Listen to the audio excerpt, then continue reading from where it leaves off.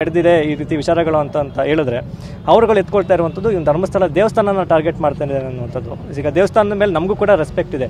ನಮ್ಮ ಉದ್ದೇಶನೂ ಕೂಡ ದೇವಸ್ಥಾನ ಶುದ್ಧಿ ಆಗಬೇಕು. ಈಗ ಏನು ಕಳಂಕಗಳು ನಡೆದಿದೆ ಅಥವಾ ಏನು ಕಳಂಕಗಳು ಬಂದಿದೆ ಅವೆರಡರಲ್ಲೊಂದು ಡಿಸೈಡ್ ಆಗಿ ಅದೆಲ್ಲ ಕಳೆದು ಹೋಗಬೇಕು. ಸೊ ಅದಕ್ಕಾಗಿ SIT ತನಿಖೆ ಮಾಡ್ತಾ ಇದೆ. ಅದೇ ನಾನು ಈಗ SIT ತನಿಖೆಯಲ್ಲಿದ್ದಾಗ ಈ ರೀತಿ ಇವನುಗಳು ನಾನು ಡಿಫೆಂಡ್ ಮಾಡೋದಕ್ಕೆ ಆಗಲ್ಲ. ತನಿಖೆಯಲ್ಲಿದ್ದಾಗ ಅನ್ನೋ ಒಂದು ಕಾರಣದಿಂದ ಇವ್ರುಗಳು ಈ ರೀತಿ ಮಾಡ್ತಾ ಇರುವಂಥದ್ದು. ಮತ್ತು ಈಗ ಏನು ಕ್ಯಾಮ್ರಾನ ಈಗ ಹೋರಾಟಗಾರರಂಥ ಮಹೇಶ್ ಶೆಟ್ಟಿ ತಿಮ್ರೋಡಿ ಅವ್ರು ಕೊಡಿಸಿದ್ರು ಅಂತ ಹೇಳ್ತಾನೆ. ಸೊ ಇಲ್ಲಿ ನನ್ನ ಹತ್ರ ಬಿಲ್ ಇದೆ, ಅವ್ನು ಹೇಳ್ತಿರೋದು ಈಗ ಕೊಡಿಸಿದ್ದಾರೆ ಅಂತ. ನನ್ನ ಹತ್ರ ಈಗ ಬಿಲ್ ಇದೆ, ತೊಗೊಂಡಿದ್ದು ಬಿಲ್ ಇದೆ. ನಾನು ತೊಗೊಂಡಿರುವಂಥದ್ದು ಬಂದು ನವೆಂಬರಲ್ಲಿ. ನಾನು ಈಗ ಮತ್ತೆ ಈಗ 2ನೇ ಬಾರಿ ಕೇಸ್ಗೆ ಇಳಿದಿದ್ದು ಬಂದು ಸಮೀರ್ ಅವ್ರ ವಿಡಿಯೋ ಆದಮೇಲೆ ಫೆಬ್ರವರಿ ಲಾಸ್ಟ್ ವೀಕಿಂದ ನಾನು ಶುರು ಮಾಡ್ಕೊಂಡಿರುವಂಥದ್ದು.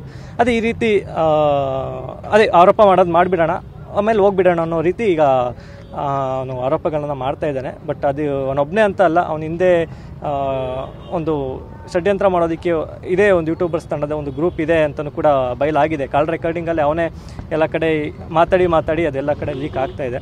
ಸೊ ಹಾಗಾಗಿ ಅದೇ ಇದನ್ನು ಬರೀ ಎಕ್ಸ್ಪೋಸ್ ಮಾಡಿ ಬಿಡಬಾರ್ದು, ಕಾನೂನು ಕ್ರಮ ಜರುಗಿಸ್ಬೇಕು, ಅವ್ರಿಗೆಲ್ಲ ಬುದ್ಧಿ ಕಲಿಸ್ಬೇಕು ಅಂದ್ಕೊಂಡು ಇವತ್ತು ಕಂಪ್ಲೇಂಟ್ ಕೊಡೋದಕ್ಕೆ ಬಂದಿದ್ದೆ. ಬಟ್ ಅದೇ ಇದು ಡಿಫಾಮೇಷನ್ ಬರೋದ್ರಿಂದ, ಮೆಂಟಲ್ ಹರಾಸ್ಮೆಂಟ್ ಬರೋದ್ರಿಂದ ಇಲ್ಲಿ ನಾವು ತೊಗೊಳ್ಳಲ್ಲ ಅಂತ ಹೇಳ್ತಾ ಇದ್ದಾರೆ. ಅದು NCR ಕೊಟ್ಟು ರಿಸೀವ್ ಮಾಡ್ಕೊಂಡಿಲ್ಲ, ಕೋರ್ಟ್ಗೆ ಹೋಗಿ ಅಂತ ಹೇಳ್ತಾ ಇದ್ದಾರೆ. ಅದೇ ಈಗ ನಾವು ಕೋರ್ಟ್ಗೆ ಹೋಗಬೇಕು. ಕೋರ್ಟ್ಗೆ ಹೋದರೆ ವರ್ಷಗಟ್ಟಲೆ ಹಿಡಿಯುತ್ತೆ. ಬಟ್ ಅದೇ ಈ ರೀತಿ ಅವನೇನು ಬೇಕಾದ್ರೂ ಹೇಳ್ಬೋದು ಅನ್ನೋ ರೀತಿ ಆಗಿದೆ. ಈಗ ಸುಮಂತ್ ಆರೋಪ ಮಾಡೋದಕ್ಕೆ ಏನು ಕಾರಣ? ಜೊತೆಗೆ ನೀವು ಹಣ ಪಡೆದು ಈ ರೀತಿ ಮಾಡ್ತಾ ಇದ್ದೀವಿ. ಹಣ ಪಡೆದು ಅಂದರೆ ನಾನೀಗ ಇನ್ನೊಂದು ಹೇಳ್ತೀನಿ.